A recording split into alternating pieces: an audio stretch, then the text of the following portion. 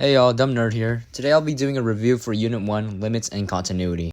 I will cover all the things you need to know for Unit 1. All credit goes to Prepworks Education on YouTube. First things first, let's define a limits property. Lim f of x as x approaches a equals r means f of x gets arbitrarily close to r as x approaches a, regardless of what f of a is. F of a and the limit f of x as x approaches a are independent of each other. The limit only cares about behavior near a, not at a. This is the algebra of limits. Limits follow simple rules. You can break limits across addition, subtraction, multiplication, and division. However, the individual limits have to exist. One-sided limits are limits as x approaches a from either the left or the right of the graph.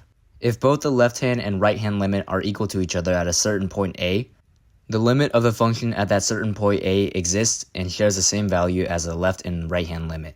However, if the left and right-hand limits have different values, the limit does not exist and has no given value. Another thing to note is that when a function is unbounded or oscillates with an infinitesimal period at a certain point, the left and right-hand limits do not equal each other, therefore the limits do not exist for those functions when approaching those certain points.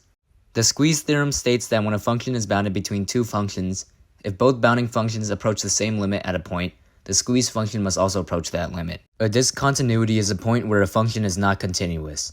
There are three types of discontinuities. The only removable type of discontinuity is the whole.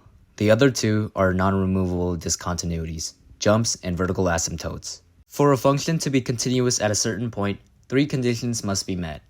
Number 1, the function must be defined at that point. Number 2, the limit exists at that point. And number 3, the value of the limit is equal to the point.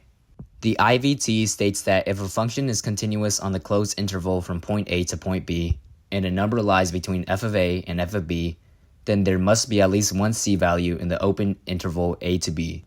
These are the special limits to memorize. Thanks for watching, and Unit 2 should be coming out by next week. Thanks for watching, and all credit goes to Prepworks Education on YouTube. Check them out.